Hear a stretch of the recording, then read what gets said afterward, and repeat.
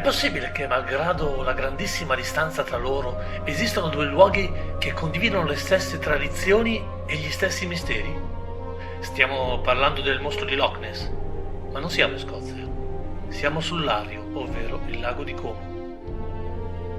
Partendo da Bellagio in direzione Como, infatti, troviamo Nesso, un paesino molto bello e caratteristico, proprio sulle sponde del lago. Nesso, in brianzolo, si chiama Ness.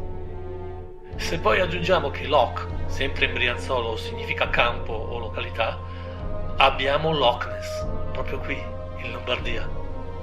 Il mostro? Bene, pochi sanno dell'esistenza del mostro del Lario, noto anche come Lariosauro. Nel 1946, in novembre, di notte, un pescatore si imbatte in qualcosa di mostruoso e misterioso. Racconterà poi quello che ha visto, scatenando una vera e propria leggenda lariana, a cui si ispira anche una canzone del noto cantautore Davide Van der Frost, ovvero El Mostro. Molto interessante è anche un racconto che si ispira a quell'accadimento per raccontare quel periodo storico, quei luoghi e le genti di quella terra. Il titolo è Il Lariosauro di Giovanni Galli.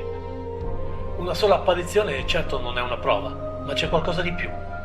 Il Lario, come tutti sanno, è un lago glaciale, ovvero molto antico e molto profondo. Ma dove ora ci sono acque profonde e montagne, una volta, nel Triassico medio, c'era un mare. E in questo mare in particolare viveva una creatura che prende il nome proprio dal luogo del primo ritrovamento, nel 1839, di un fossile di questa specie.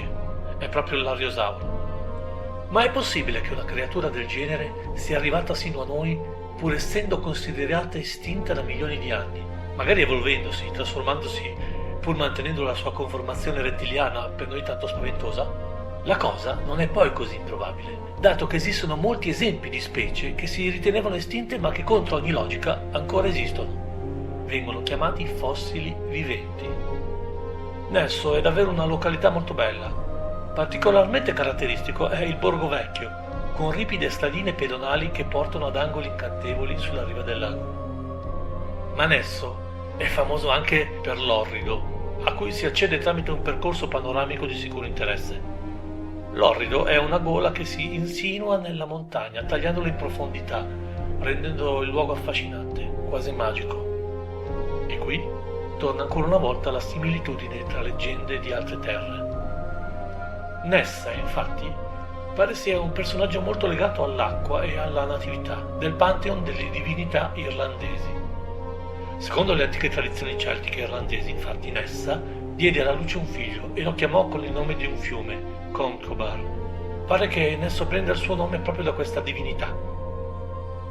È difficile con un solo avvistamento e nessuna prova plausibile sostenere la tesi del mostro o del fossile vivente, ma a volte certe tradizioni popolari vanno oltre la realtà e diventano vere e proprie leggende, e per chi ci crede sono più vere di qualsiasi cosa reale ci circondi.